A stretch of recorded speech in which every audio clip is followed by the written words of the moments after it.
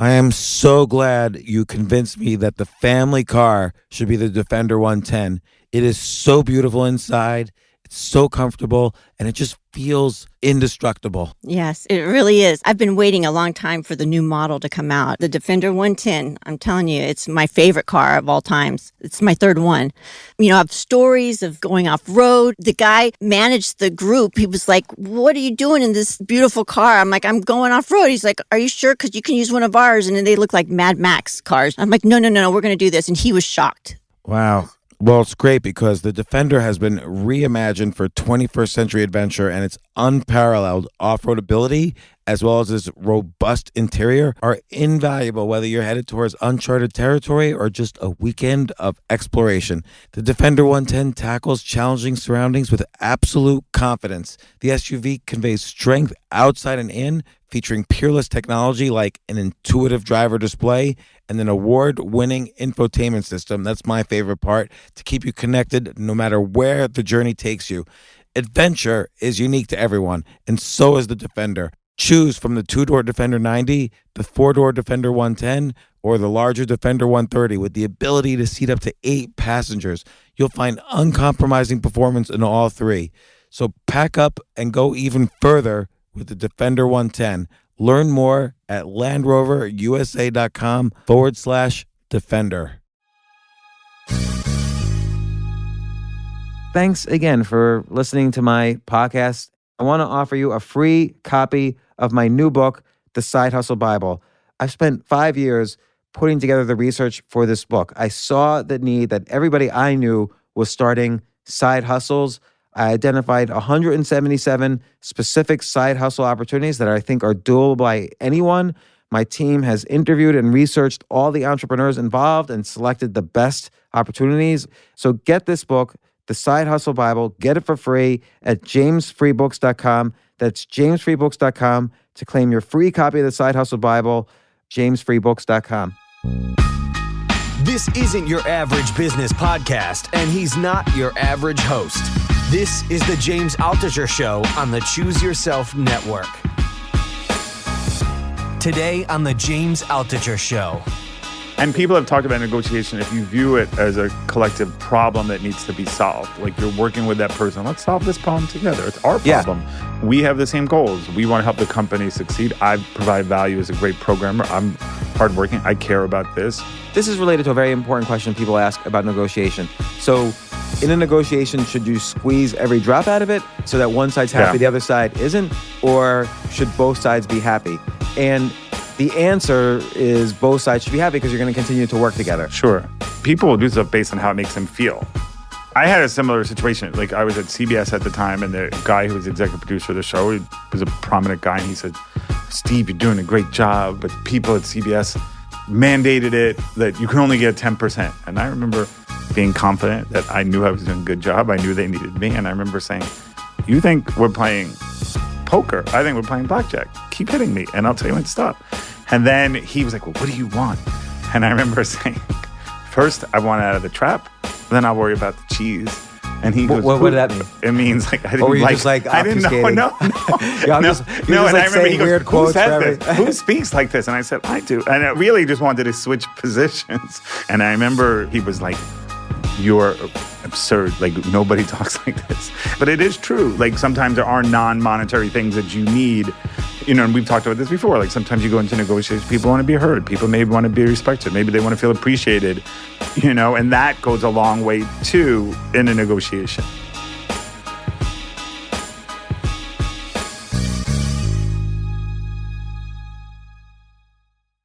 This episode is brought to you by Amazon Logistics, presenting the Delivery Service Partner Program, a new opportunity for business leaders who want to own and operate their own package delivery business. You'll get access to Amazon's logistics training and technology and start building a motivated delivery team in your community. To learn more about becoming an Amazon Delivery Service Partner, go to logistics.amazon.com.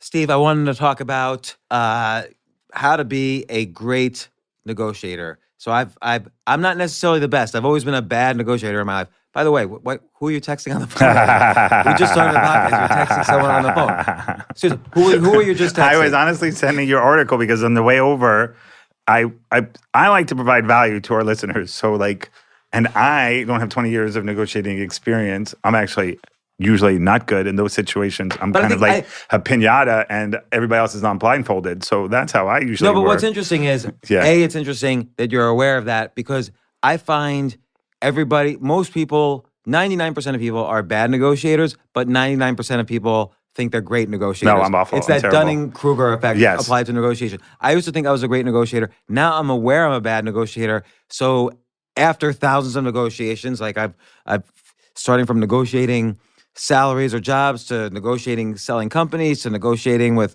clients, depending on what business I've had. I've been through so many negotiations and I've asked so many people to help me, like great negotiators to help me.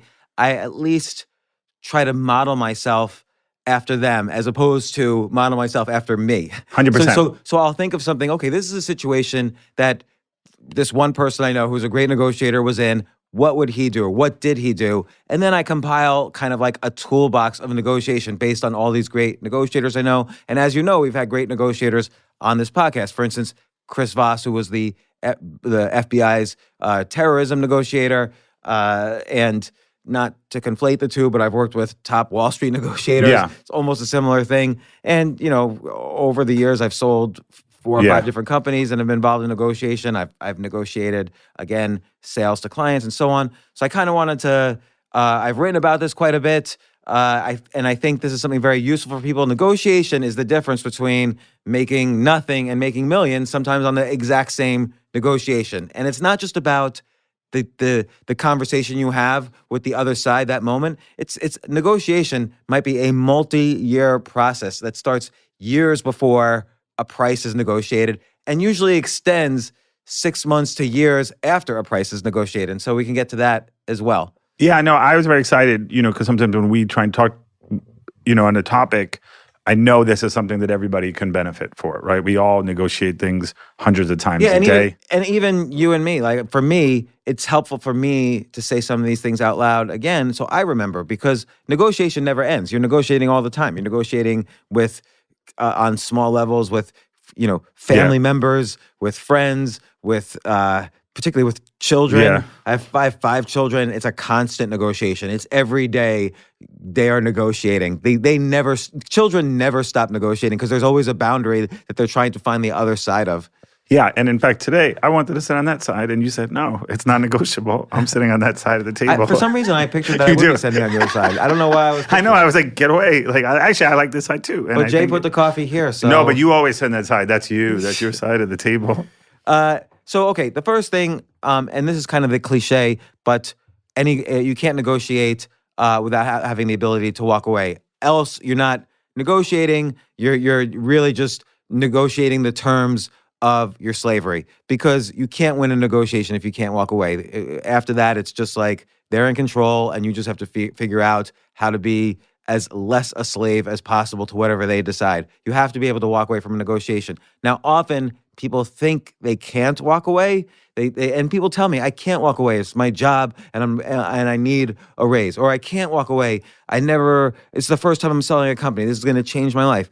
It's really important to know that if you value what it is you're negotiating for, things are only going to be better later on. And you should always, whether it's imaginary or real, you have to put it in your head and you have to believe it sincerely. You have to model a person who doesn't care about the outcome of the negotiation.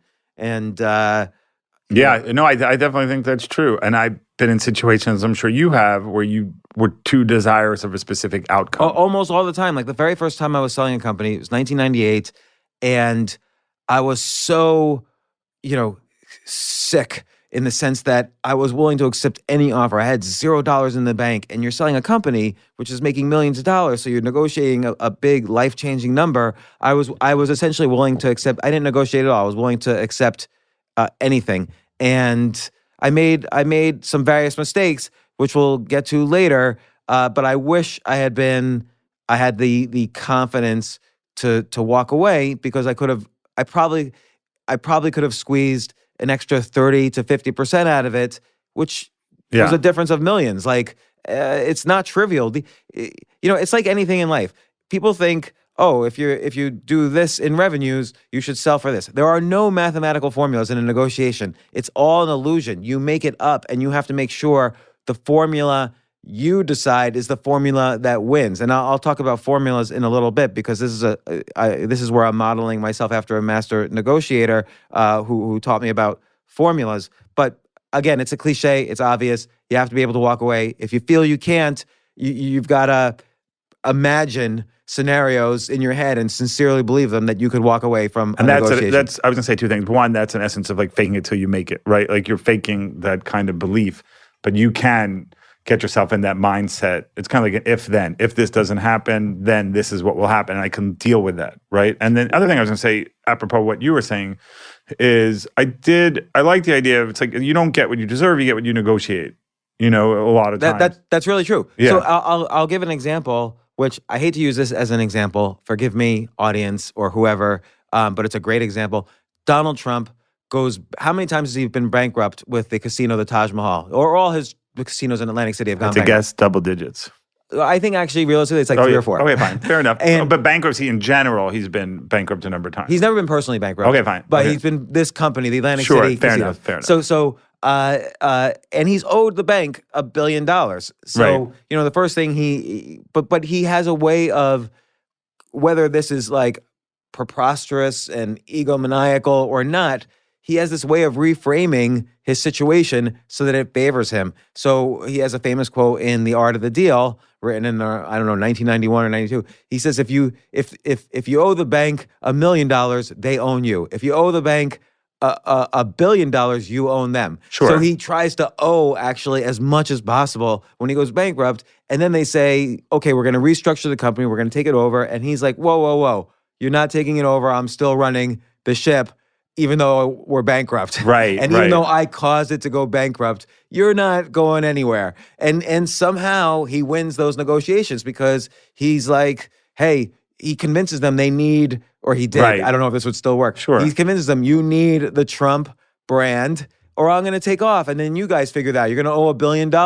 You guys figure it out. I'm taking over. You're not allowed to use my brand. And he gets paid enormous amounts of money, and then he goes bankrupt again. And then maybe they figure, in that case, that the devil is better than the devil you don't know, right? I mean, it could be that. I think honestly, he kind of ran out of times he can go bankrupt, and he decided to run for president instead. Oh, interesting. Yeah. So, by the way, notice how easy it is for the buildings on the West Side now. They all took down the Trump name. Yeah, for So- sure. Oh, interesting. Yeah.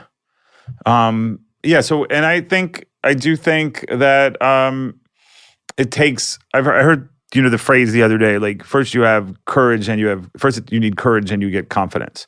And I imagine that's that same way in a negotiation, right? Like once you get... It's really hard, because like I'm non-confrontational, and I think you kind of are as well. Absolutely. And it's really hard for me to say, like a typical technique, if you say no about some term, they might come back and say, what, don't you trust us?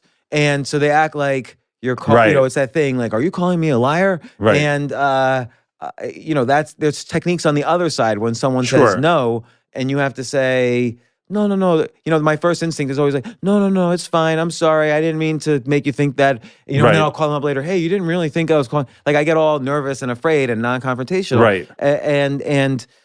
I have ways of dealing with that, which we'll get to. My second point, and I would direct people to this article, because I thought it was a terrific article that you... Yeah, I have an article called The Ultimate Cheat Sheet to Become a Great Negotiator, but if you Google Altucher and negotiation, I have about 4 or 5 different articles. Yeah, on they're all negotiation. really great. And don't be afraid to say no. Nevertheless, there's going to be issues that come up, and we'll try to deal with them. But that's the most important one. The second one I have is a little bit smaller, but it's called Don't Be a Child. And it refers to the fact that a lot of people think this is what a negotiation looks like. Hey, I'll pay you I'll pay you $20, and you say 40, and then I say 30, and done. Sure. And so everybody thinks we're going to all meet in the middle, and we're going to say 2 numbers, and we're going to take the average, and that's going to be the deal. I've never seen a negotiation occur like that. Because then it's just this assumption, like, what, you were lying? When you said 40, it wasn't really worth 40, it was worth 30? Why did you lie? Why are you 25% off on your lie? Well, there's probably a lot of reasons why that doesn't work. One, you were saying like, oh, it's almost like a cartoonish to think like a negotiation is that simple. And also, which you go on to expand upon in that article, like it's more than just one factor. It's not just money. There might be 20 or 30 different factors that you could tie into it, right? Right. It could be vacation time. It could be, right. But, but let's just say like on a basic money. negotiation. Yeah, sure. Like a lot of people do kind of fall into this like, hey, it'll be like this. Yeah, like, sure, like sure, you say, sure. cartoonish. And I think this applies, let's say, to mystery writing. Like if you're writing a mystery novel, if you telegraph too early in the novel who the killer is, Sure. it's no longer an interesting novel. So if you kind of go into negotiation signaling that, hey, we're just going to agree in the middle, they're going to guess that and take advantage of that. If it's too obvious, the technique you're using, and this is a very obvious technique that most people use, then there's ways around that, which is you can basically say, no, we're not going to be in the middle. Like, and you kind of call their bluff, and then they don't know what to do because they thought that's how it works on Tom and Jerry. It should work here. So, so this next technique is, and I can I ask you something about that though? Because because ask whatever you want. Good, because I have a lot of questions, and you're like Radio Shack. I have questions, you got answers. But I think why is that like Radio Shack? That was the name. That was a commercial. Really? Yeah. Anybody? When you have is that when Robin? You had is that when you that had was the name of there was like first off, Burger Radio King, Shack, have it your way. First like, off, it was Radio like, Shack is bankrupt. I know. Second off, did you have a Still TRS? a good slogan. Still a good. I had a Tandy. Did you have a TRS 80? I wasn't into computers as much. I mean, I wasn't like a programmer like you, but Tandy was like kind of their version of Atari, I think I did actually. I think I remember getting one of those when I was like in 6th or 7th grade. Yeah. A lot of good did me. Where you might have paid attention to the slogans. What was the slogan again? It was like it's Radio Shack. Oh, we got questions, you got answers. But Clearly those listeners out there, right? Exactly. Who once you've forgiven us for bringing up Donald Trump, you can forgive me for that dated reference. Now, what I was going to say was, some people say don't bring out a number first. Let them do it. Right, but that's actually incorrect advice. Okay.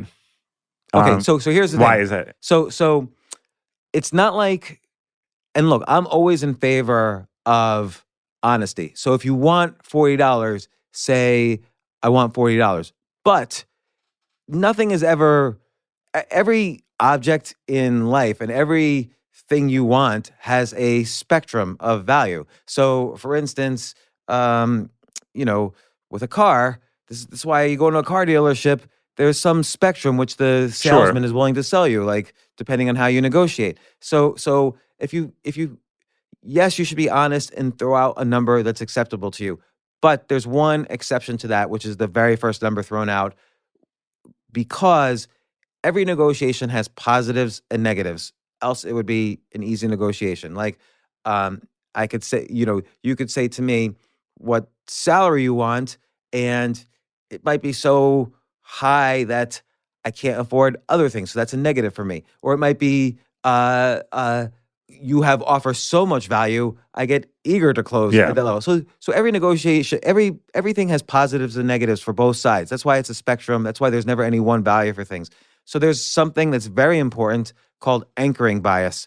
So let's say, and this has happened to me. Let's say I'm selling my house and you walk in, and let's say that I'm just going to make up a number. Let's say the house is worth $1 million. You walk in and you say, okay, what's this house worth? I love it. What's this house worth? And I say, well, it's sunny outside, so $3 million. And now that's ridiculous, right? It's all the comparables are worth $1 million, and I just said $3 million. And now I can even say, oh, this is such a great location, to justify but why no, that I'm not even. Maybe I'm just joking around. Like I'm just joking around. But it is a great location. Now, all I've done there is that's called anchoring bias. Now we're working off of subconsciously the $3 million. You can't make it too high, or I can't say, oh, it's $100 million. Then it's just a joke. Or maybe 3 million might even be too high. I might say, oh, I was thinking between 2 and 3. I was thinking 2.5. I was thinking $2,275,000, because the more specific, actually, the better. And even people feel like they'll get a small victory if you give them a range. They'll say, "Oh, well, how about 2 million?" And they feel like it's a small victory too. Right. Well, that's just it. So once there's an anchor, whether or not it's subconscious, or whether or not they're even conscious that you're anchoring it, they can't help it. It's a cognitive bias. Daniel Kahneman writes about this in Thinking Fast and Slow. He also mentions that even if you're aware of the cognitive biases being used against you, you cannot fight them. So even if I say 2.5 million or very specific, I give a specific number, and oh, he's anchoring me highly, you're still anchored at that 2.5 million. So now if we negotiate and I go down to like 1.3, it's still 30% higher than 100%, where you initially thought this should be valued at. And even though it was clearly joking, and I was, by throwing out 2.3 million, A, I'm anchoring you highly. B, your first microsecond instinct is to focus on the positives. Why is he saying 2.3? Oh, it's maybe a few more rooms, or maybe it's, yes, you're in a great location. You're right next to a McDonald's, the world's most popular restaurant in the world, if you're not a vegan like you. Your brain in like a millionth of a second starts thinking of the positives more than the negatives. Sure. So you're anchored. Now, even if I say, I'm just kidding, what do you think? And now we're negotiating, but again, even if it's 1.1 we end up on, I still end up 10% higher than what the house is probably valued at if you use just the comparable houses in the area. So yes, you throwing the first number out is actually a good thing to do if you're taking advantage of anchoring bias. And again, you're taking advantage of the fact that every single object or thing negotiated has a spectrum of positives and negatives. And by anchoring higher, throwing out a number first, you're forcing the person you're negotiating with to think about the positives before they think about the negatives. So, interesting. So that and then there's actually a Harvard Business School study which researches this. You should always throw the first number out if and only if you're using this anchoring bias combined with that. Yeah, and it's kind of like they get momentum too. That side, the other side gets that momentum, right? If you're the side declaring the price, you could sit there and enumerate all the virtues, and it's maybe harder to disprove all those things. Imagine, what do you mean it's not worth 2 million? Come on, that other house. Well, that other house doesn't have this. Right. Imagine two other scenarios, right? Imagine if I throw out the first number, but I say, look, my house comparable with the other houses in the area is $1 million. Now you're going to start negotiating and saying, well, I don't really like how the plumbing is. Maybe can I do 950,000? Right. Now we're talking about a number smaller than $1 million all of a sudden because I just anchored it at what I thought was a fair price, but now you're negotiating. Sure. So the other scenario is if you throw out a number first, you're going to say, well, the comps are $1 million, the comparables are $1 million, so that's what I'm offering, and you're being as honest as possible. But now if I say 2.3, now we're like so far off that I can no longer get you to focus on more of the positives. Sure. I can't sell the dream anymore. I have to sell the reality. Right. You always want to sell the dream first as you boil down to the reality. And I think, and you're going to get into this, I'm sure, because I know, because I have ESPN, and I know, but I think that, I think part of it, though, you have to know the other side, too. You have to know, they're really deep-pocketed. That person really wants it. Is that person looking for value or looking for prestige? Well, do you know what I mean? Like, I could just be like, you're misguided with the 3 million thing, even 2 million or even 1.5. All I'm going to spend is, 800,000. Sorry, I need to. That's my budget. Well, it's funny you mentioned that. I think that's. I don't want to say that's persuasion in the Robert Cialdini sense, but knowing who you're negotiating with is really important. So, for instance, I'm advising a company right now, and they're going around a pool of buyers who could potentially buy them, and the CEO mentions one company to me, and I look it up, and that company's worth $700 million. And then the next company mentions to me is worth $15 billion. And I say, look, we kind of want to aim for a $300 million price for your company. Don't talk to the 700. They're not going to give up 50% of their company or a third of their company to buy you. Talk to the $15 billion company because it's not even 3%, it's whatever. It's 2% of their company to buy you. That's not even a footnote in their annual report. They could pay $300 million without thinking about it. So you need to know who you're negotiating with and not negotiate with the people where you don't want a hard negotiation. So that's one of your points. You said if it's a really hard negotiation, it's not worth it. You got to step away. So the $700 million one, unless you're willing to accept $25 million, or is what's 2% of 700 million is 14 million. Right. 2% of 15 billion is 300 million. So Right. you want ones where you're not asking for more than five in a company sale. You don't want to ask for more than 5% of their company unless it's like a merger rather than an acquisition.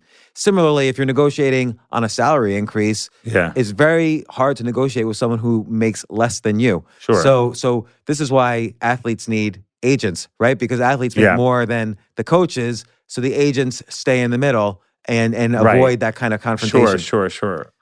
But not Yeah. every negotiation you can afford. You don't have a middleman. This is why a real estate agent, if they're good, they provide value because they're a middleman. But in many cases, you don't have a middleman. And it avoids emotion and right, it's attached because that is one, like, so you've had, and I'm just quoting you here, you've had a lot of bad negotiations and you learned a lot from those experiences.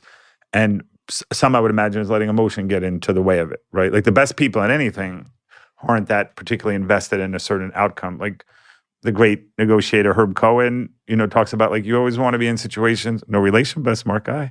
But he, was a real master negotiator. And he was saying, like, you don't want to be tied down to any specific outcome. You want to like something, you don't need to love it. Like, I like it, I'd love for that to happen. I'm not in love with it. Right, because, I care a lot, but I don't care too much. Right, because very important to remember, 90% of communication is nonverbal. So his point there is that he's not telegraphing in any way with body language or his tone or whatever that he cares too much, because then they could take advantage of that. So that's another great thing about throwing out like this ridiculously high number. Not too high, but just anchoring high, is that, okay, I'm not taking this as seriously as you might be. I'm throwing out a number so high because I'm acknowledging that, hey, this is fluid and that I love my house and I'm throwing a high number on it. And then you're off guard and for a that you're second. also that maybe like you're not that willing to sell. Like, all right, and everybody has an offer they can't refuse.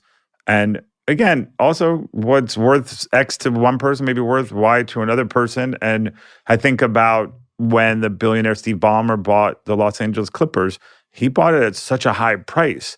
And now it's worth even more. I think he paid $1 billion or $2 billion, which was a lot more than the average. And as a result of that, he was able to make it worth more. And now it's worth a lot more than it had been. And that speaks to what you were talking about, where if Google bought a company and I think what Steve Ballmer did with the Clippers was, I remember actually that day talking about it with Mark Cuban, who spent $2 billion for the Mavericks. Right. And Mavericks at the time was, and maybe they still are, I don't know, follow basketball. It was at the time was like one of the best teams in the league, and the Clippers clearly wasn't. Right. So Mark Cuban was grateful for Steve Ballmer because what did that make the Mavericks worth if the Clippers were worth that?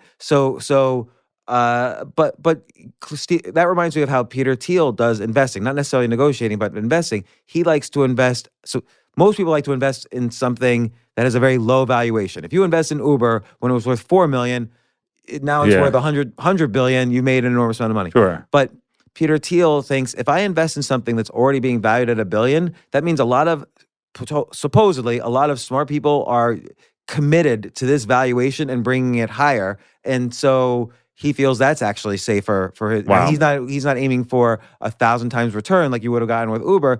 But he just wants to make money consistently, and his investments tend to be in the $1 billion crowd, and he does consistently well. So, this is one of the most important, and where I have many actual examples, which is let the other side help you. And I also call this the advice technique. So, and this applies to any situation. I'll apply it to a salary negotiation. So let's say I'm asking you for a raise. You're my boss. I'm asking you for a raise.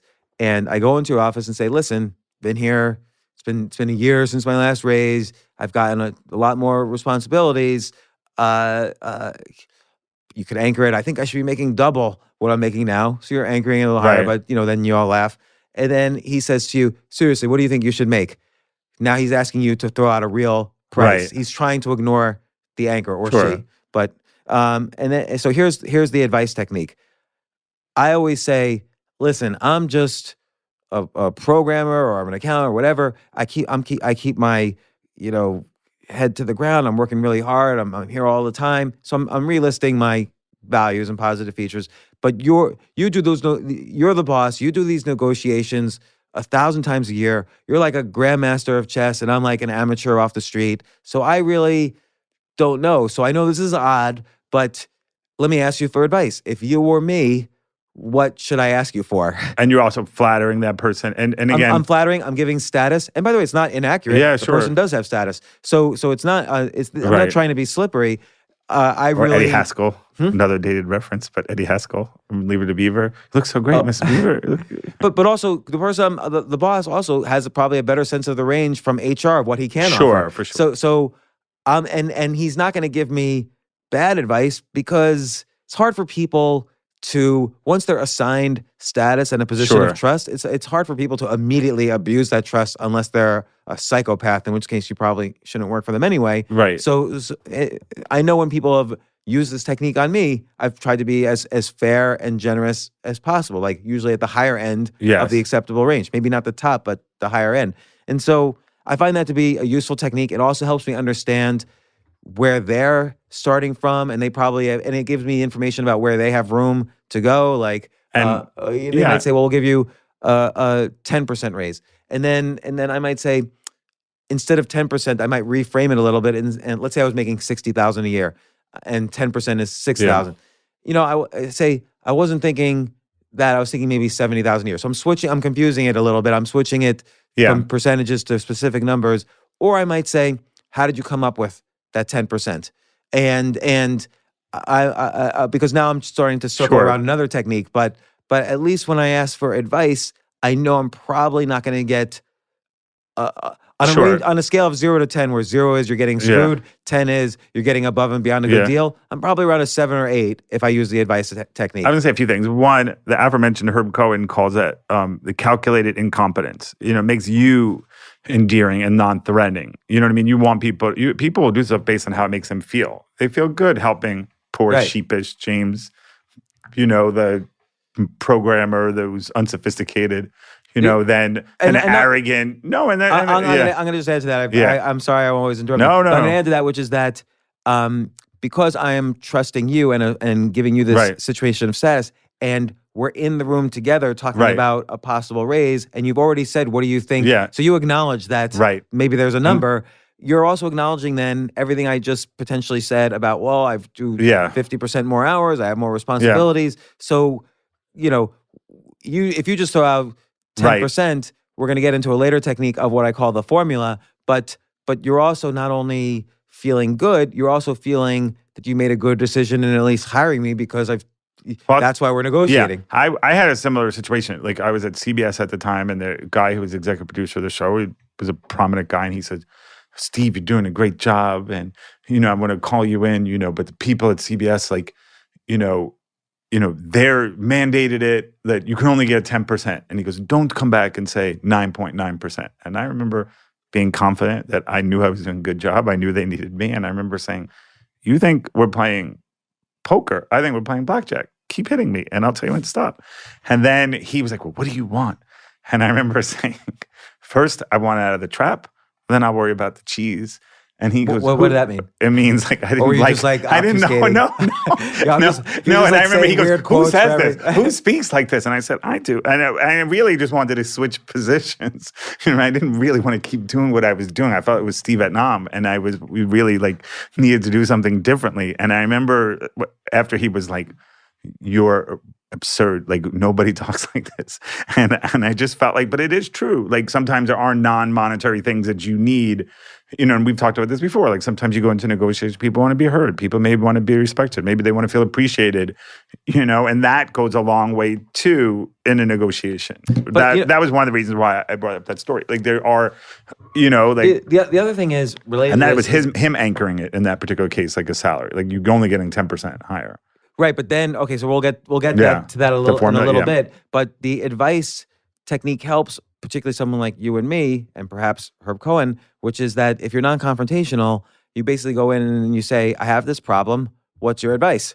Then you're not being confrontational. You're actually bonding. Sure. And So- people have talked about negotiation. If you view it as a collective problem that needs to be solved, like you're working with that person, let's solve this problem together. It's our Yeah. problem.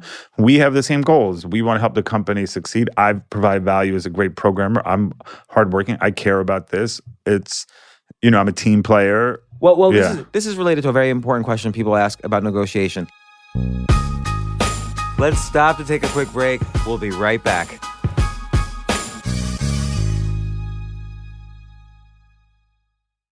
Don't get hacked.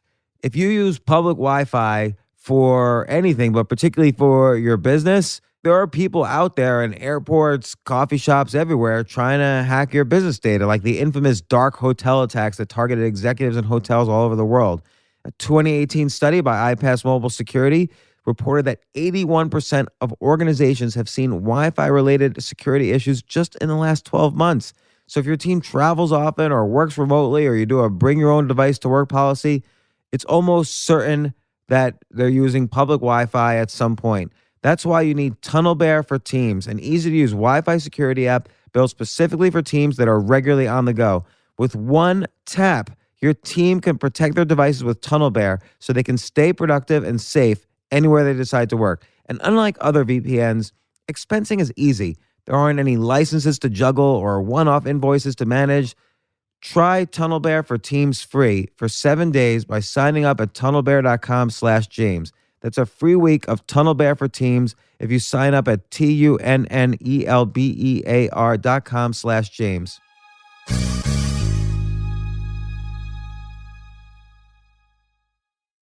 So in a negotiation, should you squeeze every drop out of it, or so that one side's happy, Yeah. the other side isn't, or should both sides be happy? And the answer is both sides should be happy. So particularly in the case of a company buying another company or a salary increase, both sides should be happy because you're going to continue to work together. Sure. But what about if you're just selling a painting?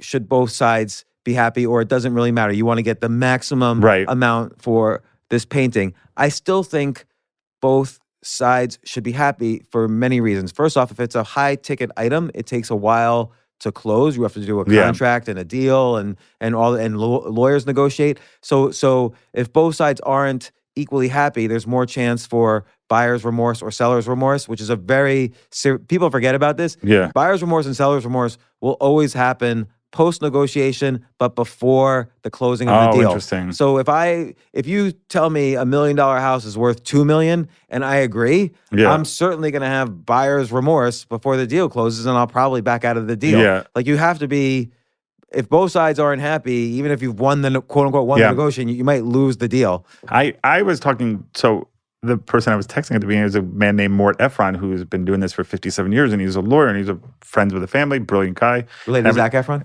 No, but it was related to my friend Jessica Efron, who was on Jeopardy, lost to James Holzhauer pretty handily, but he beat everybody pretty well. But again, I appreciate her being out there. She was great.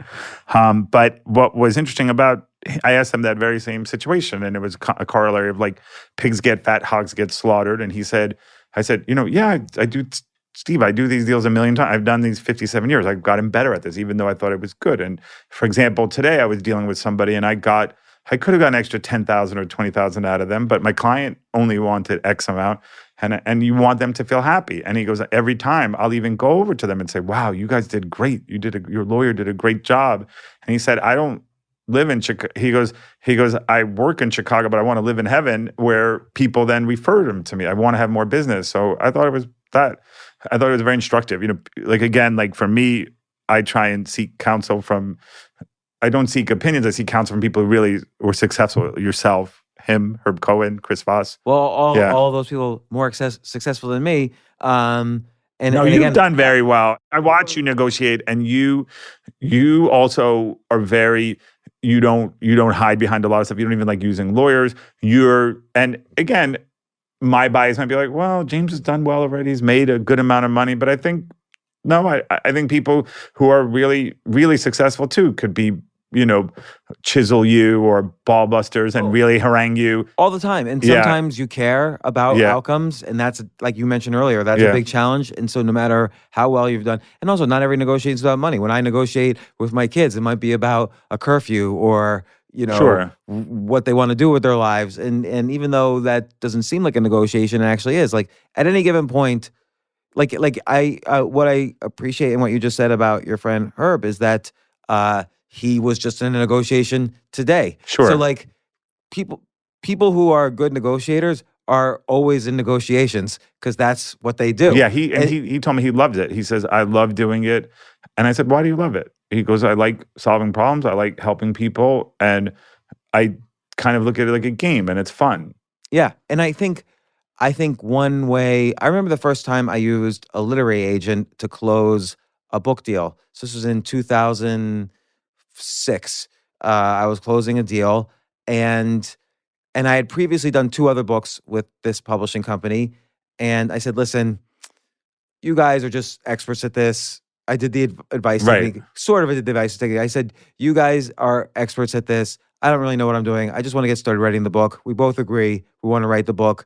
I don't know how to handle all the paperwork and all the Yeah. other issues. Let me introduce you to an agent, and Right. we'll all agree to the same number anyway, but I just Yeah. want to outsource it to him. And what is she going to say at the publishing company? She said, of course. And he got me about, even Right. though he charged 15%, he got me about Right. 30 or 40% higher, and he Wow. got me a better Yeah. deal on foreign rights than I normally get. And so I learned a lot from using, some cases you want to use a middleman, particularly for us Right. non-confrontational people. Sure.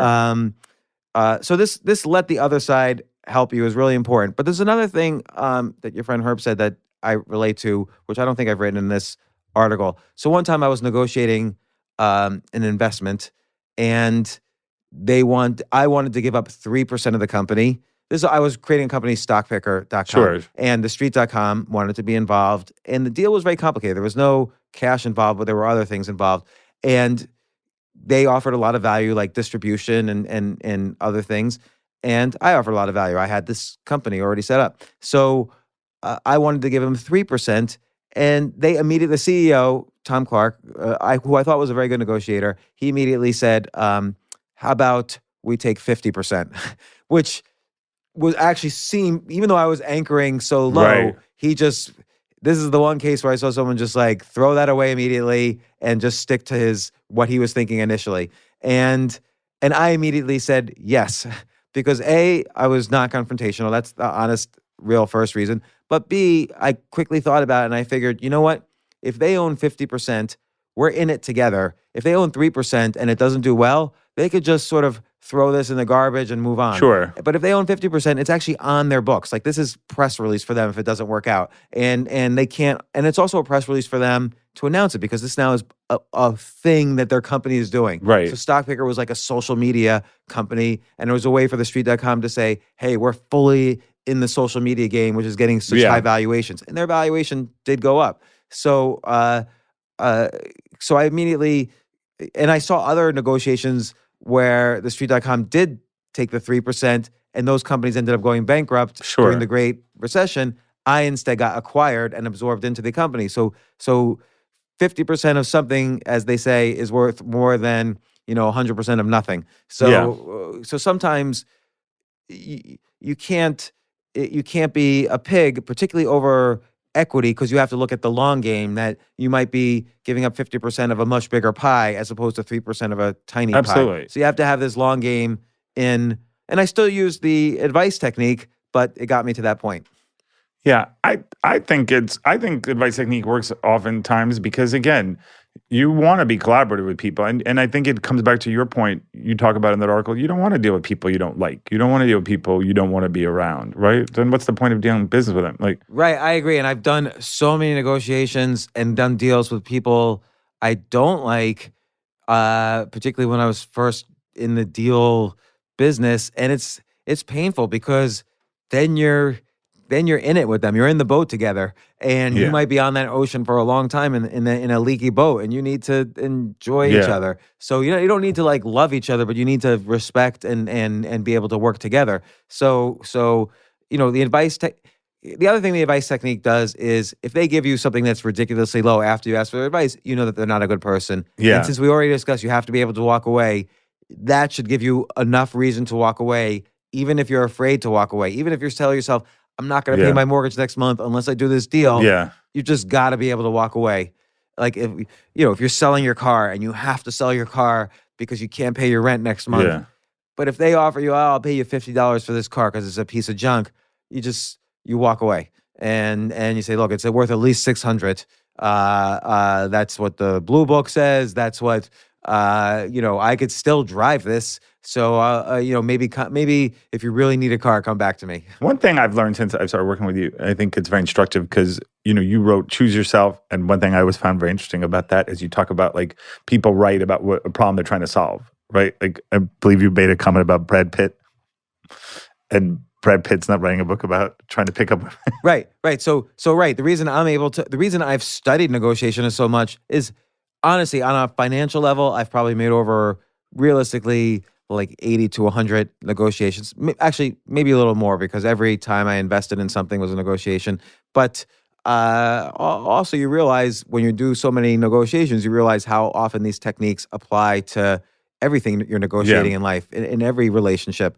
Because negotiation, you're really just either setting the terms of a relationship or, like I said before, setting the terms of your slavery. So being aware of that, you want to make sure it's a good, positive relationship as opposed to the worst outcome. But, all of these techniques are important. It's not like you're being manipulative. Again, both sides have to be happy, but you're trying to make sure you're at least as happy as possible. And if the negotiation is a good negotiation, both sides will be happy. But what I was going to say initially, though, when you talk about choosing yourself, like I realize you run into problems, and I guess you also talk about in framing it as well. Like you have a lot of choices. Okay, in the case of the person with the car, okay, they could sell it for $50 or whatever. They could live in the car. They could have somebody else. Like I don't know. Like if you're never in a good situation when you are so tied down to that specific situation. I'll give you a great example of that. So one time I owned what's called a public shell.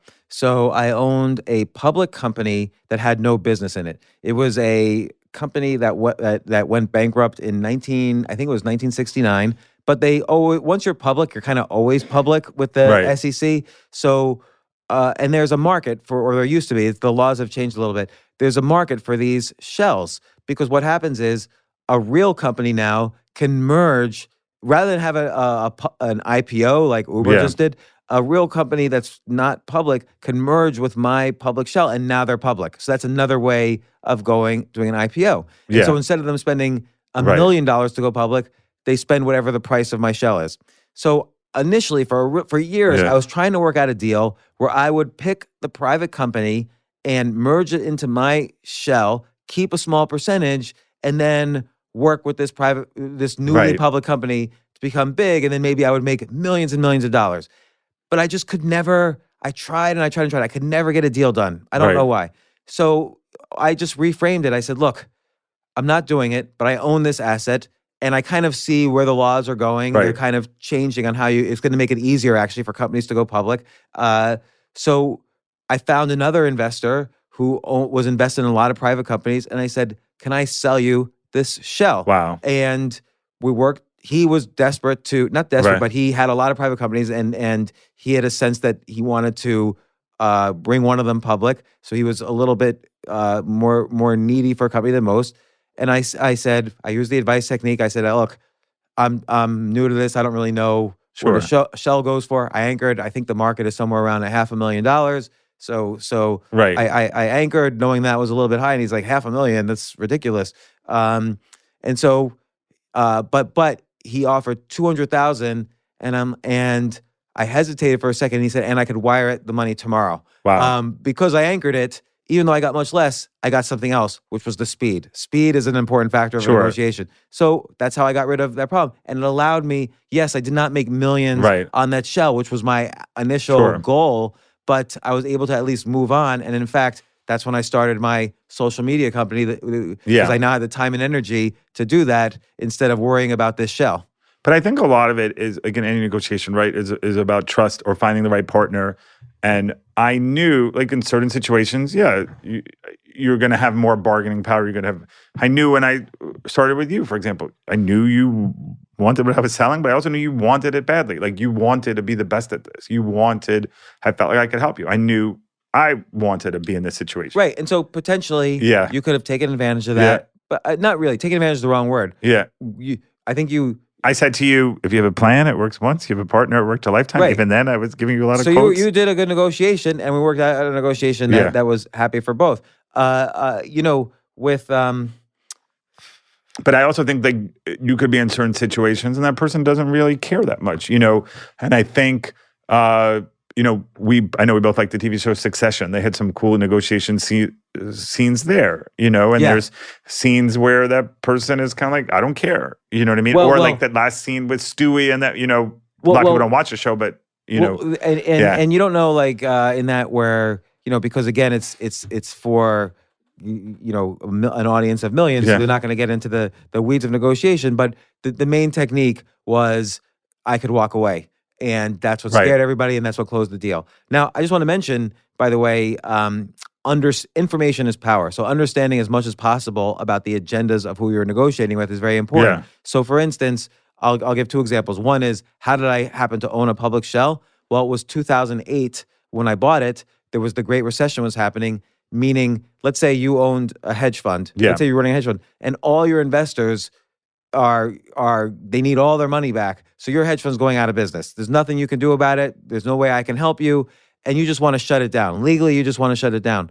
I was an investor in that hedge fund. I said, look, I'll give you $1 for the shell. Wow. So I bought that shell for $1. Wow. And there was nothing they had already gotten rid of every investor's money except me, and I Wow. wanted my money out, but I gave them a little bit more favorable terms. Like, you can give me my money over a year, but I want the shell right now. And Amazing. And so Yeah. I was able to get my money back, but it took a year. It took longer. Right. And I got the shell for $1 because they couldn't monetize the shell anyway. So Sure. they figured and they were spending, just on audits, they were spending $50,000 a year running the hedge Sure. fund. I helped them close it down as fast as possible. They couldn't sell the shell anyway in 2008 because nobody Yeah. was buying. The market was zero. They would have had to wait Right. 2 or 3 years like I did, and I was able to buy it for $1. Or when you're, I was talking to Dean Graziosi about this.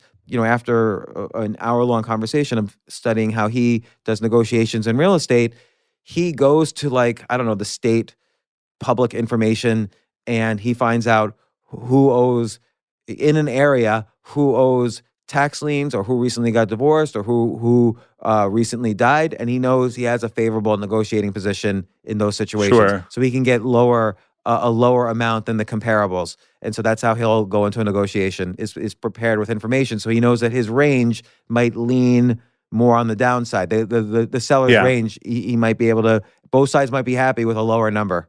Well, I think a lot of this, right? And you've talked about obviously a lot, 10,000 hours of practice, but I think like whenever you do anything, you first go through like familiarity, competence, excellence, and mastery.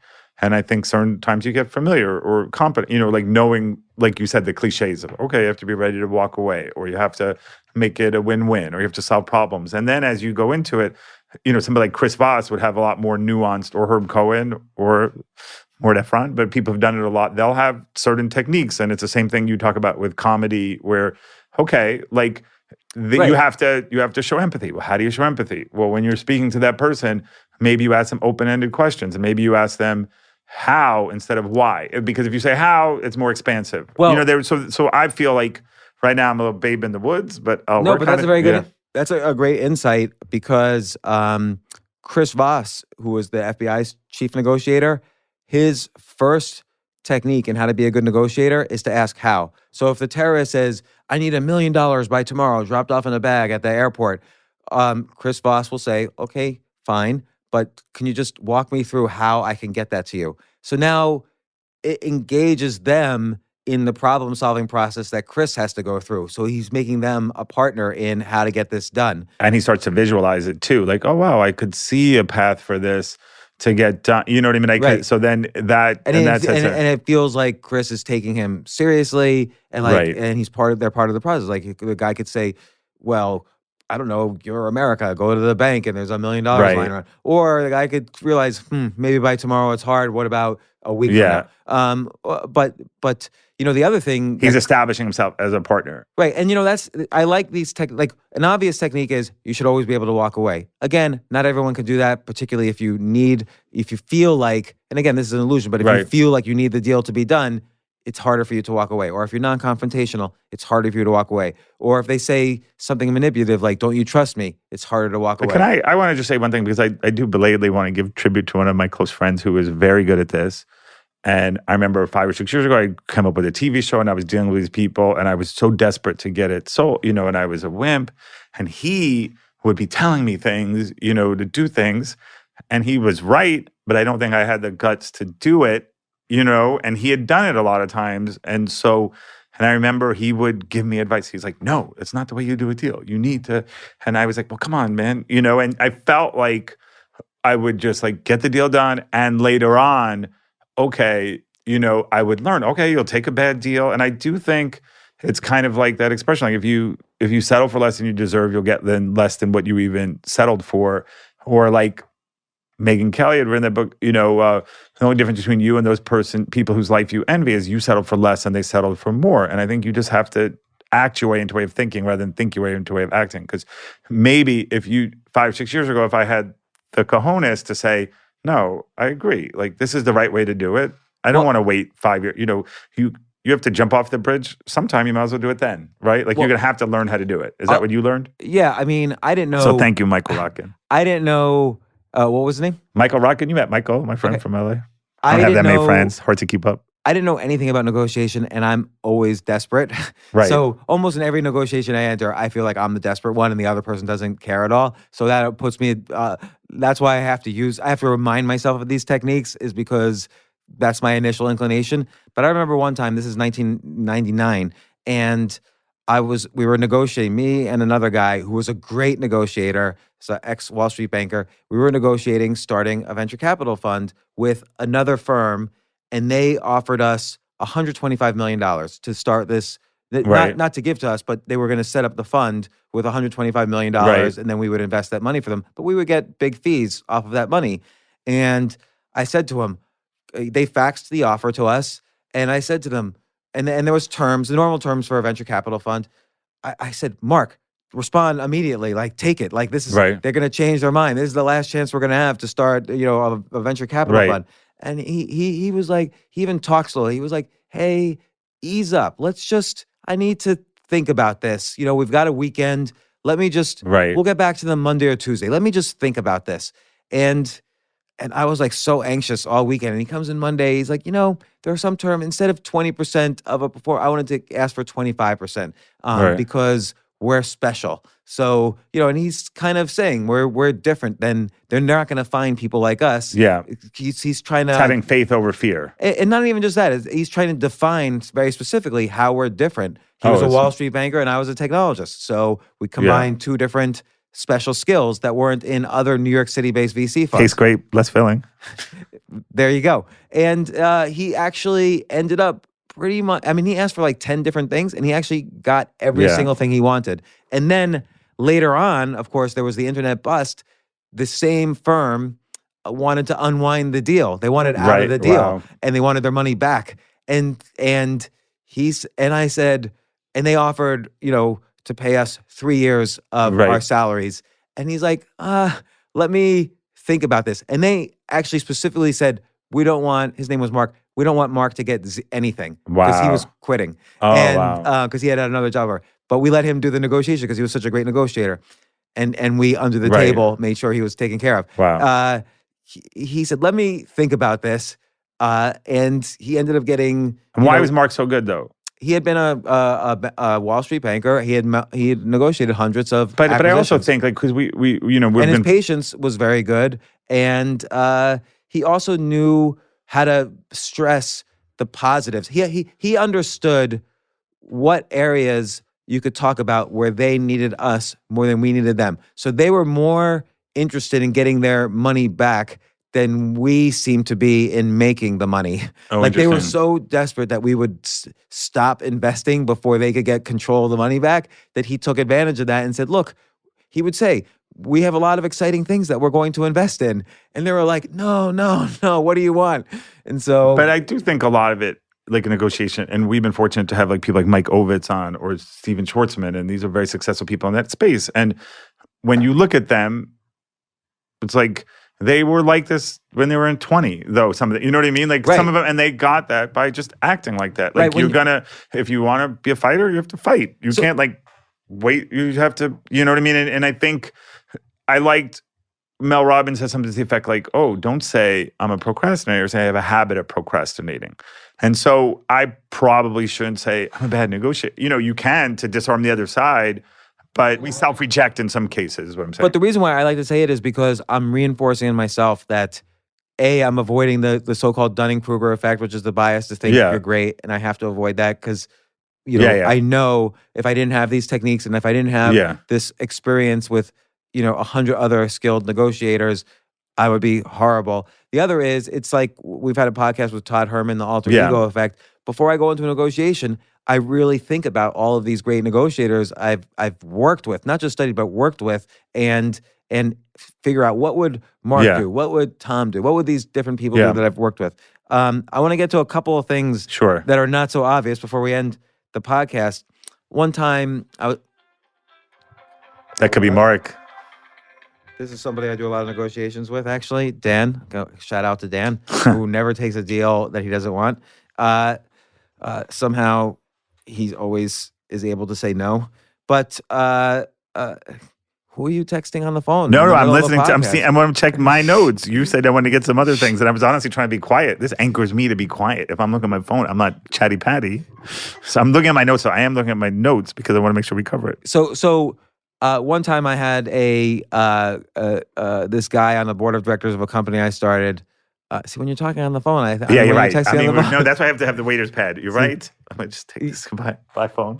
Yeah, there's actually research that shows if you're on a date, for instance, not that we're on a date, but if ever I go get on one. If you're on a date and you have just the phone face down on the table, the date likes you less than if you have the phone. No, 100%. That's why I have your waiter's pads. So bye, Felicia. So I was once, there's this guy I knew, his name was actually Dr. Larry Brilliant. And he was, at one point, he was the head of Google.org, Google's charities. In the 70s, he went all around India and vaccinated. India was against, the different villages were against vaccination. He convinced everybody to vaccinate for smallpox. And he basically single-handedly eradicated smallpox in India. He also, in a much longer story I won't repeat here, he reported me to the FBI about that the FBI should talk to me about Osama bin Laden right after 9/11. That's another story. Friends like him who needs enemas. But one time I was with him and we were at this convention at the World Trade Center, ironically, looking at, he collected antique coins and he was negotiating for these like antique Israeli coins from like 500 BC. And I asked him about negotiation. He was the CEO of a public company at the time and seemed to be worth a lot more than he deserved, I will say. And he said to me, the most important thing is to be able to say, have a bigger list than the other person. So if you come to me with a raise and say, hey, I want to make 10% more, I could say, my list could be bigger. Like, okay, well, I need you to work on these other things as well as just the podcast, or I need you to instead of 3 weeks vacation, it's 2 weeks, and or can you help me with we get vacation? Yeah. Or if I'm negotiating to sell a company, someone could say, oh, okay, I'm going to give you X dollars, and I could say, if I have a bigger list, I can say, look, X dollars is great, but I need this salary. I need it to be a 3-year contract where I get this salary. I need to have benefits and a 6-week vacation. And so again, whoever has the bigger list has more opportunities to give up as Dr. Larry Brilliant said to me, if you have the bigger list, you can give up the nickels to make the dimes. And so that was his point. I'm just quickly going over that. The really important thing, I have so many different points in here, and I don't even know if I mentioned this one in this particular article, but there's something I call the formula technique, which has been used against me. And it was so powerfully used against me at least 2 or 3 different times that I finally woke up and realized, oh, I missed out on making a lot more money because this technique was used against me.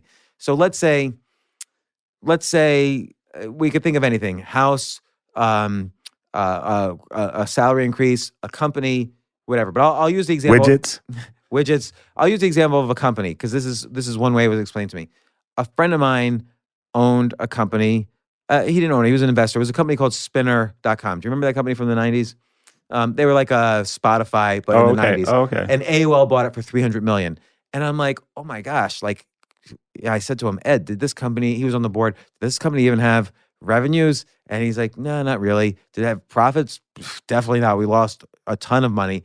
And I'm like, how can AOL spend that? Why would they spend $300 million for a company with no profits? And he said, because we reframed the conversation. So here's what we do. We both agreed in advance that what the formula was before we filled in the blanks. So instead of saying, normally the way you value a company is on the stock market, you say, oh, the average company like Exxon or Microsoft is worth 20 times their earnings. That's like a rough, very, very rough rule of thumb on how a company is valued on the stock market. There's a lot more issues, but that's the rough thing. So if a company earns $1 million, then 20 million is reasonable for a mature company to pay for it.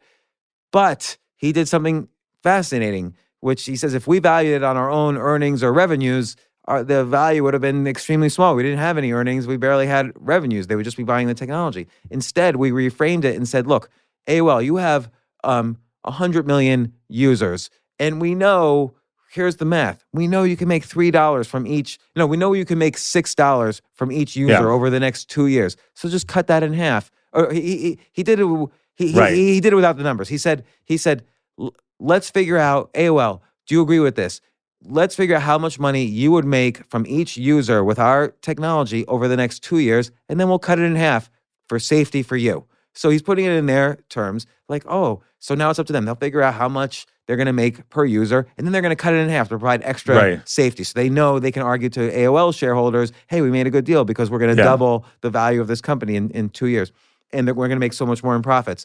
So they figured out, okay, we can make $6 to $10 per user over the next 2 years using our technology. Cut it in half, maybe cut it in half again. It's $300 million, and that's how they arrived. So they came up with the formula first. So when I was selling Stock Picker, the CFO said, "Oh yeah, we want to buy it. We'll do whatever. Let's come up with a good deal." And he's saying to me, he's like, "How about?"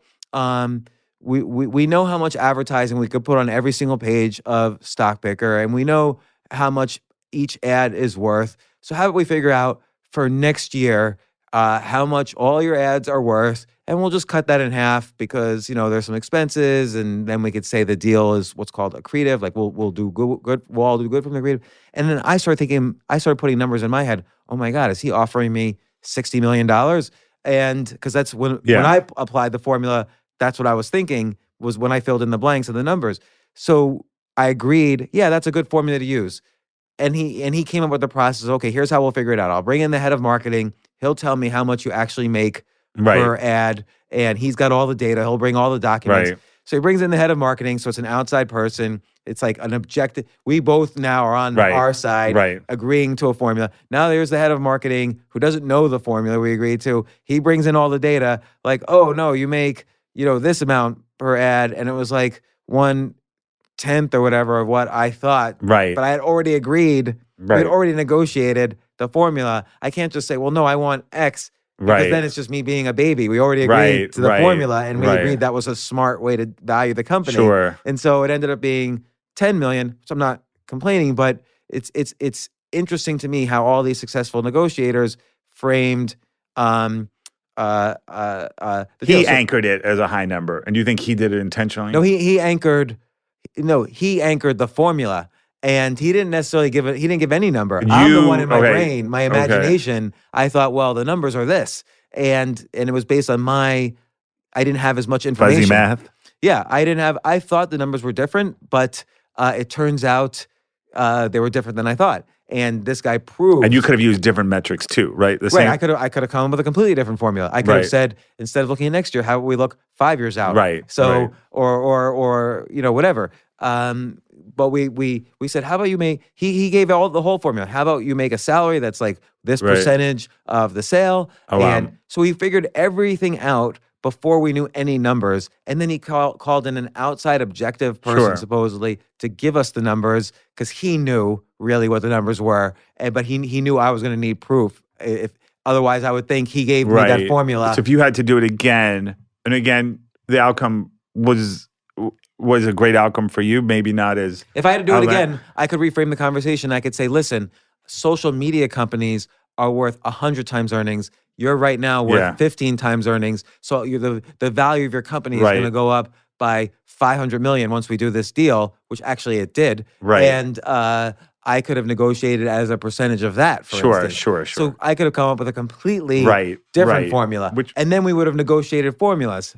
Which one thing we didn't talk about, I know we're trying to wrap up, but I think it's kind of like you always talk about framing.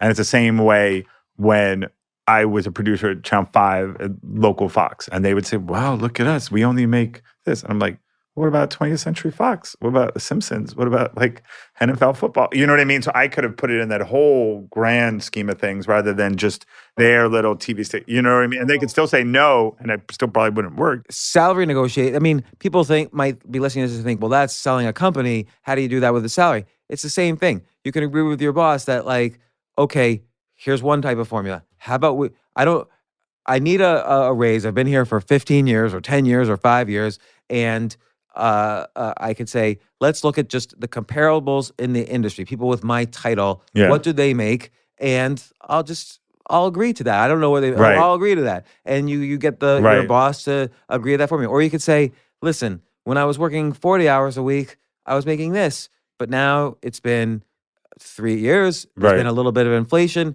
and I now work 45 hours a week on average. It turns out I'm here 45 hours a week. So how about we just increase according to the percentage increase in hours I worked and inflation? And so you could agree to that formula. Or you could say, look, it turns out that my responsibilities turned out to make a profit rather than a cost. So I'm in the IT department of an entertainment company, so usually that's a cost center. Turns out I made a profit, which I made a product which the company, and it was my idea, the company's making a small profit on. How about I get a percentage of those, whatever those profits are, my new salary should be a percentage of those profits.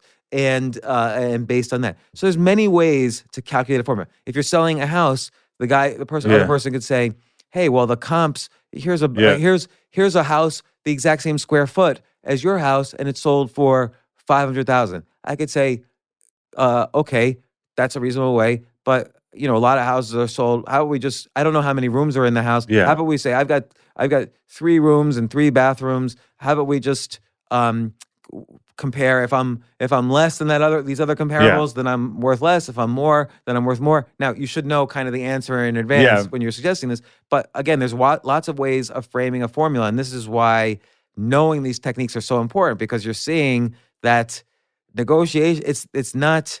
There is zero science. Like even when I said, oh, Microsoft should be valued at 20 times earnings, that's based on 100 other factors, but that's just a rule of thumb. And so everything, there's a lot of rules of thumb, but you should know the actual techniques for good negotiation. I was listening to a woman speak, I want to say her name is Margaret Dean at Stanford, and she's like counsels on this, and the phrase she used was like, okay, I can give you a specific recipe, or I can give you just like the sense of like, okay, these are some of the ingredients you need, and then you'll be able to make a nice souffle or good negotiation. Or you know what? Actually, that made me think of another type of salary negotiation. You could say, listen, bake them a cake. We can do comparables, which seems to be the same as my salary now. But how about also once a week, I give a training class to everybody else on how to do what I do extra. And now you would pay somebody, let's say another $60,000 a year, or whatever you would pay somebody to do that per year. Just give me half of that, and now we have another formula. Well, what would you pay somebody? Let's find it out. Let's look it up. Oh, you would pay $30,000 a year for a training course on that. I'll do it for an extra 15 to my salary. So there's lots of ways to develop formulas, whether you're selling a house, a job, selling a piece of art, selling a company, and so on. I think I was going to say, I heard, again, Chris Voss, who you did it, I would recommend people to listen to your interview, who wrote Don't Split the Difference, that hostage negotiator, and I believe he has a company called Black Swan. But he talked about like every single day we go through dozens, if not, hundreds of negotiations, right? And he said, whenever you say I want or I need, you're negotiating. Today, like I was trying to meet people for dinner. What part of town are we meeting in? Where are we going to go? Every day. Like this morning, I was at DEF CON 1. I wanted to provide value for this podcast, and I was busy. And then a couple people called me, and they were like, buddy, I need your help. And I first said, no. let me think about it. No. And I said, Tic Tac, no. Pasadena. They're like, come on, I really need your help. Didn't I do this for you? And eventually I folded like a cheap suit and I wound up helping them because I listened to other factors or I got emotionally involved or I was like, okay, maybe in the grand scheme of things, when you frame it, me helping you and these people with breast cancer is a bigger issue than my specific thing. So every day you have negotiations. I think you undervalue yourself. I see this all the time. Oh yeah. I have to know how to say no. You have so much value in so many ways. It's a subtopic of another podcast. You should start your own. Let's do that podcast. Steve's Value. You That'll should take start 100 a hours. PR company and write a book and do all. Yeah, no, you're great like that. So I appreciate it. But mentioning Chris Voss, I do want to mention a couple of his techniques really quickly. One is, I think, genius, which is to ask the other side or imply the other side might be powerless. So if he's negotiating with the hostage negotiator and he's not getting anywhere, he might say, if he's negotiating with the guy holding the hostages, the terrorist, and he feels like he's not making progress, he might say something like, "Sounds like you're powerless to solve this," which is fine. Just who should I be talking to? Because we want to solve this. We want to get you what you want, but it sounds like you're powerless. And they're always going to say no and move closer to a deal. At least he finds in his experience. So that's a very quick thing. The other thing, which I thought was genius, and again, this is why it's worth studying these things, because I would never think of these things by myself, but he's done 1,000 negotiations, and I've seen other people do this. And now, since then, I've used these techniques, and they're extremely valuable. He has a technique called mirroring. So if someone says on a salary negotiation, we can't go higher than $100,000 on salary because that's what everyone else is making is $100,000. You just simply say, that's what everyone else is making, and then you're silent. He also talked about having an inflection. Like you have a certain inflection, so that causes them to kind of want to elaborate on it. He practices that. Right. That's related. So you mirror, and then you're silent, and then they keep talking. They're going to keep talking. Yeah, sure. So you're just mirroring, so they're going to kind of elaborate on what they just said, and then you have to be silent. It's a real strong discipline. You have to be silent. Also, this is not only a common negotiating technique, but a common persuasion technique when the negotiation and persuasion are related. But I find this useful in negotiation, which is to say, I can understand why you wouldn't do this for this reason, this reason, and this reason. But then if you list the negatives, you're showing them you're being extremely honest and you're helping them solve their problems. You're helping them negotiate with their boss, just like you're negotiating to help you. Yeah. You're helping them be a champion for you. Because, and again, by being upfront, it's better for you to bring up the negatives before they bring up the negatives, because then it sounds like if they bring up the negatives, you're hiding something. So if I'm negotiating selling a house, you could say, look, we've got this extra room in the basement. Now I understand it's a basement and we had to install plumbing and so it's all new and the bathroom's a little smaller than the usual bathroom, but it is an extra room. So you have to list the negatives up front. You have to define it before they define it. Right. And let me see if there's any there's so many. I just love the game of this in a weird way. I'll tell you another one. This is a great one that Carl Icahn, so he's a famous negotiator, famous investor, has made billions from negotiating. He will always schedule his negotiations for late at night, not late at night, but like it's the end of the working day, like 6 p.m., 7 p.m. And he'll sleep all day and they're up all day at their jobs. Wow. And then he'll go into the meeting fully refreshed because there's something called willpower depletion. So if you're offered, let's say you love chocolate, but you're trying to lose weight. If you're offered chocolate at 9 a.m., you'll say, no, thanks, I'm trying to lose weight. If you're offered chocolate at 6 p.m., your willpower gets depleted. They've studied this. Yeah. Your willpower gets depleted throughout the day. You're 10 times more likely to say yes to the chocolate at 6 p.m. because you have no more willpower. Fatigue left. Makes cowards of us all. Yeah, and so if sets the stage, Carl Icahn sets the stage where he has full willpower and the other people are depleted. So I think that's again another technique you wouldn't know unless you study this almost like a science. One last thing I will say is what I call the secret negotiation. So it might be the case you're negotiating a deal because you want to make a lot of money and you want to move on to something else. So you want to sell a company or you want to sell a house for as much as possible, and then you're going to start your secret thing is just to Right. never deal with this again, or you're gonna quit you're selling your company, you're gonna quit the company and move on, or but you should always be aware, what's your real agenda? So I'll give the example in doing a book deal.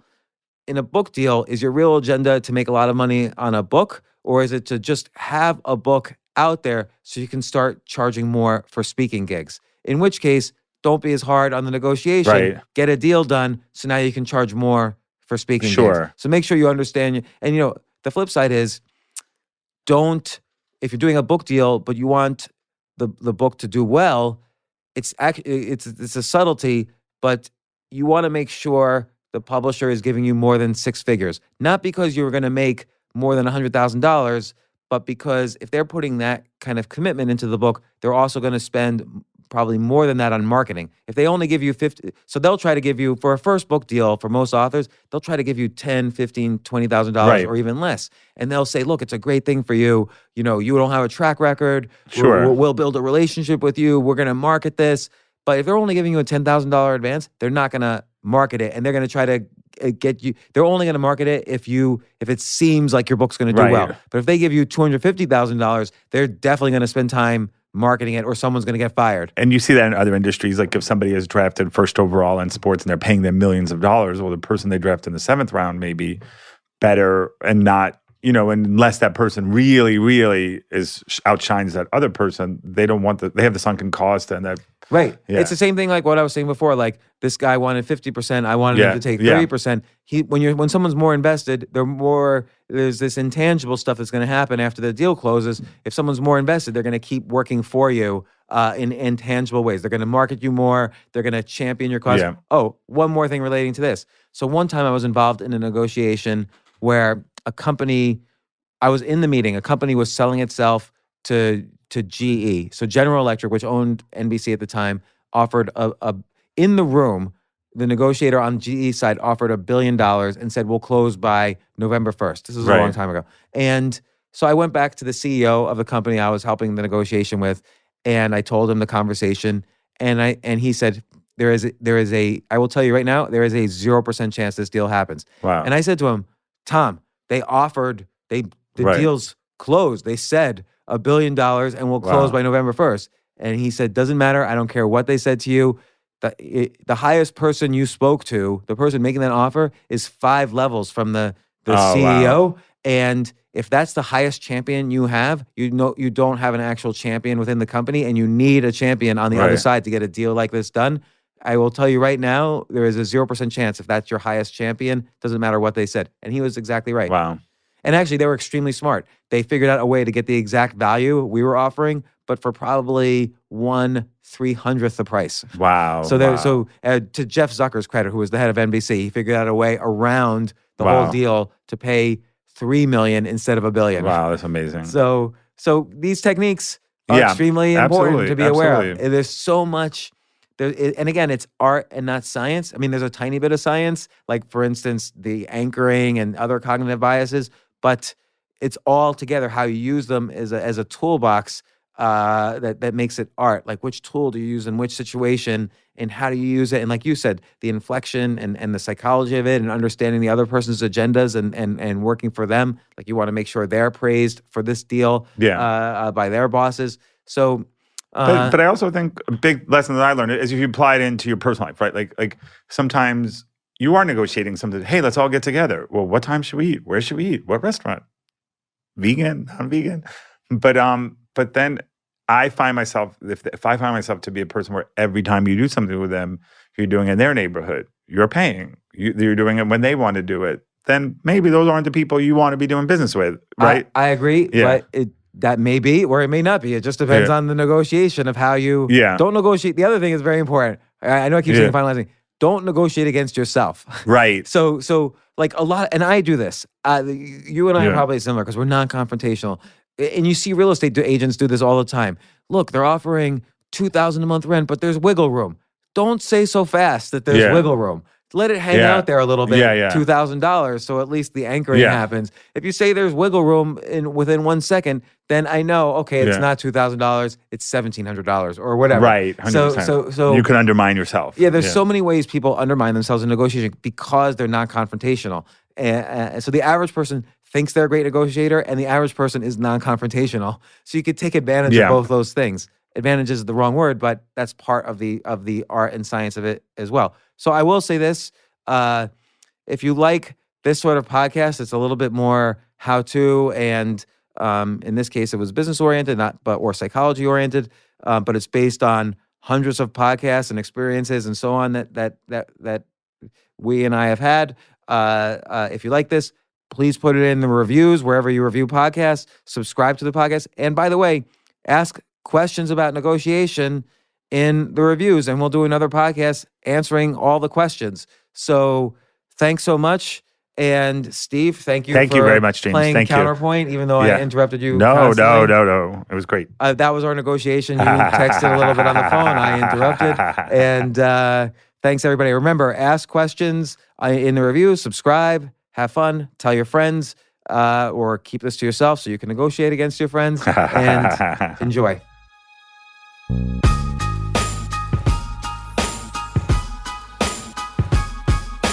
Wait. Before you go, don't forget that for a limited time, I really want you to claim my free copy of my new book, The Side Hustle Bible. I'm only offering this to podcast listeners, newsletter subscribers, and the people who are part of the Choose Yourself tribe, because I really know you'll appreciate it, and I just want you to have this.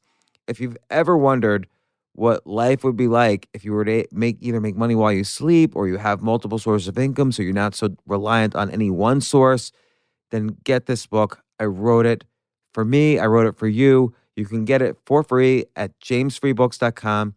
That's jamesfreebooks.com. Claim your free copy of the Side Hustle Bible. Just go to jamesfreebooks.com.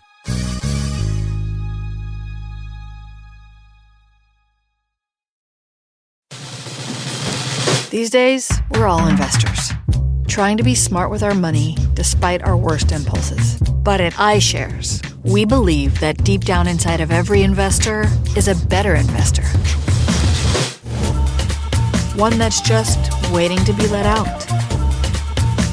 Explore iShares ETFs and insights and let your best investor out.